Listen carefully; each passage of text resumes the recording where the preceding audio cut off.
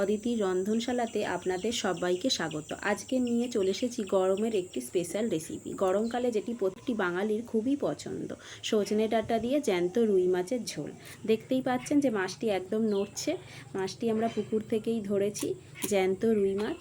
মাছটিকে প্রথমে আমরা কেটে নেব।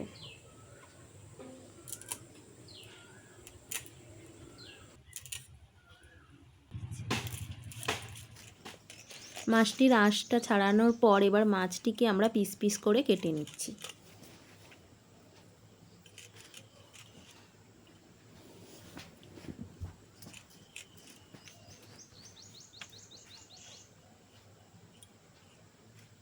মাছটি কাটা হয়ে গিয়েছে, এবার মাছটিকে আমরা ধুয়ে নেব। পুকুরের জলে আমরা মাছটিকে ভালো করে ধুয়ে নিচ্ছি। এই পুকুর থেকেই আমরা মাছটি ধরেছিলাম। মাছটিকে ভালোভাবে ধুতে হবে যাতে একটু আঁশ না থাকে।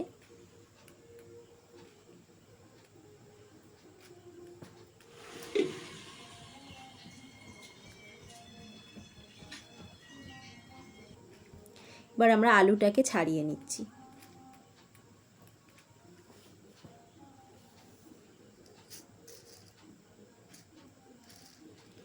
আলুটা ছাড়ানো হয়ে গিয়েছে। মাছের ঝোলে যেরকম লম্বা করে আলু কাটা হয় ঠিক সেরকমভাবেই আলুটা আমরা কেটে নিলাম। এবার আমরা সজনে ডাঁটাগুলোর আঁশটা ছাড়িয়ে সেগুলিকে পিস পিস করে কেটে নেব।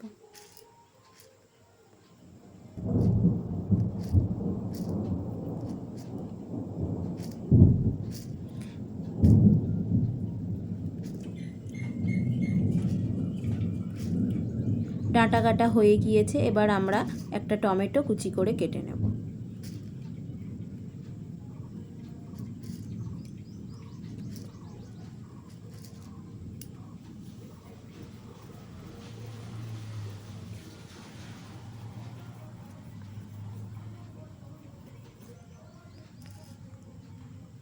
লঙ্কাগুলোকে মাঝখান থেকে চিড়ে নিলাম। এই ঝোলে আমরা কাঁচা লঙ্কাই দেব, যেহেতু এটি খুব একটি রিচ তরকারি নয়, তাই জন্য এখানে আমরা শুকনো লঙ্কা ব্যবহার করব না, কাঁচা লঙ্কাই ব্যবহার করব। এবার আমরা আদাটাকে কুচি করে কেটে নেব যাতে বাটতে সুবিধা হয়।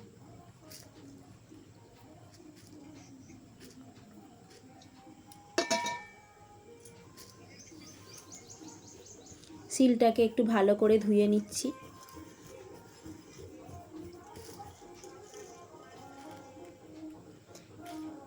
প্রথমে আমরা জিরেটাকে বেটে নেব। এই রান্নাটা আমরা জিরে বাটা এবং আদা বাটা দিয়ে করব, তাই প্রথমে জিরেটাকে বেটে নিচ্ছি।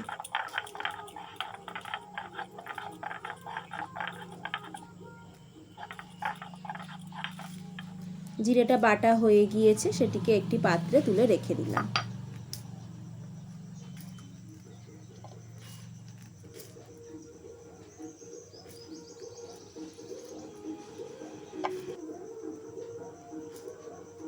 এবার আমরা আগে থেকে কুচি করে রাখা আদাটাকে শিলে বেটে নেব। আদাটাকে প্রথমে থেঁতো করে নিলাম, এবারে শিলনোড়া দিয়ে আদাটাকে মিহি করে বেটে নিলাম। আদাটাকেও একটি পাত্রে তুলে রেখে দিলাম।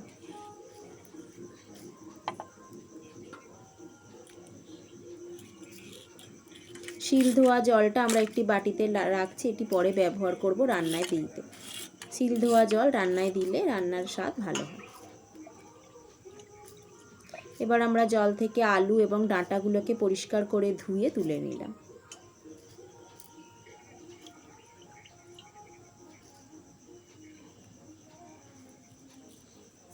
মাছটাতে নুন ও হলুদ মাখিয়ে রাখছি। মাছটাতে ভালো করে নুন আর হলুদ মাখিয়ে নিতে হবে। প্রত্যেকটা মাছের পিসে যেন নুন আর হলুদ ভালোভাবে লেগে যায়।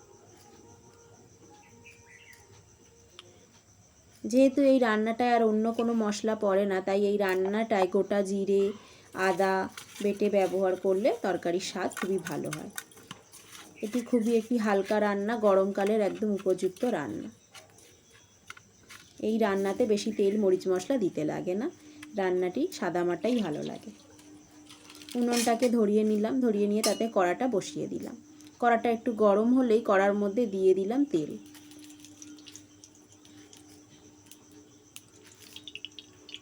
তেলটা গরম হয়ে এসেছে, একটু খুন্তি দিয়ে তেলটাকে নাড়িয়ে তার মধ্যে মাছগুলি খুব সাবধানে ছেড়ে দেব।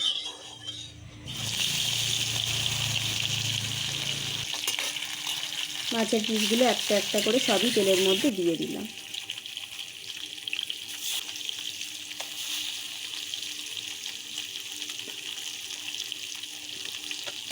খুন্তি দিয়ে ভালো করে নাড়িয়ে দিলাম।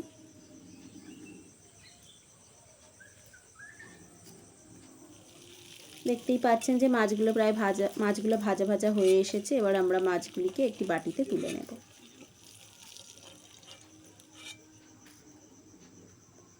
তেলে দিয়ে দেব 5 ফোড়ন। মাছ ভাজার তেলেতেই আমরা তরকারিটি করব, ওই তেলের মধ্যেই দিয়ে দিলাম 5 ফোড়ন এবং আগে থেকে চিড়ে রাখা কাঁচা লঙ্কা। 5 ফোড়ন এবং কাঁচা লঙ্কা থেকে সুন্দর গন্ধ বেরোলেই তার মধ্যে দিয়ে দেব আগে থেকে লম্বা করে কেটে রাখা আলু। আলুগুলি দিয়ে একটু ভাজা ভাজা করা পর্যন্ত অপেক্ষা করতে হবে। আলুগুলো একটু ভাজা ভাজা হয়ে এসেছে, তার মধ্যে দিয়ে দিলাম নুন। নুনটা দিয়ে একটু নাড়িয়ে নিয়ে এরপরে আমরা তাতে দিয়ে দেব হলুদ।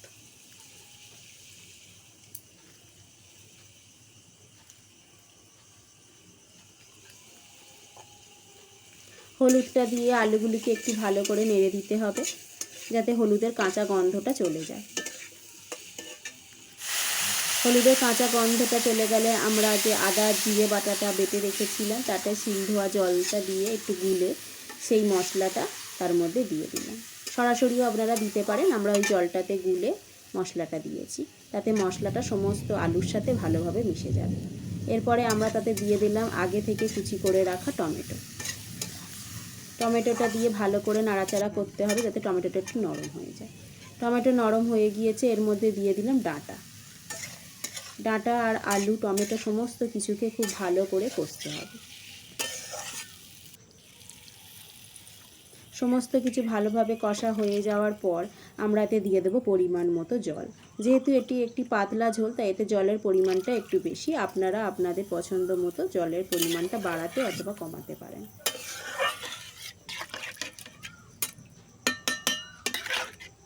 খুন্তি দিয়ে ভালো করে নাড়িয়ে দিলাম, দিয়ে একটু ঢাকা দিতে হবে যাতে আলু ডাঁটা সমস্ত কিছু খুব ভালোভাবে সেদ্ধ হয়ে যায়। ফিরে এলাম কিছুক্ষণ পর।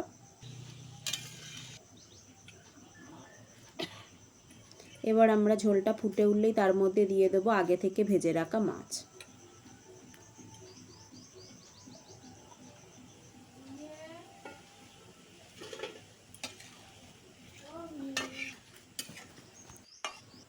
মাছটা দিয়ে ভালো করে নাড়িয়ে ঝোলটাকে ফুটতে দিতে হবে। ঝোলটা ফুটে উঠলে আমরা একটা আলু ভেঙে দেখব সেদ্ধ হয়েছে কি। হ্যাঁ, আলুটা সেদ্ধ হয়ে গিয়েছে। এবার আমরা ঝোলটাকে নামিয়ে নেব। তাহলে দেখলেন তো বন্ধুরা, রান্নাটি কত সহজ। গরমকালের একদম আদর্শ রান্না। এতে না বেশি তেল মরিচ মশলা লাগে, না বেশি খাটুনি আছে। আপনারাও এই রান্নাটি বাড়িতে করবেন এবং খেয়ে জানাবেন যে রান্নাটি আপনাদের কীরকম লেগেছে। ভিডিওটি যদি ভালো লেগে থাকে তাহলে চ্যানেলটিকে লাইক শেয়ার এবং সাবস্ক্রাইব করতে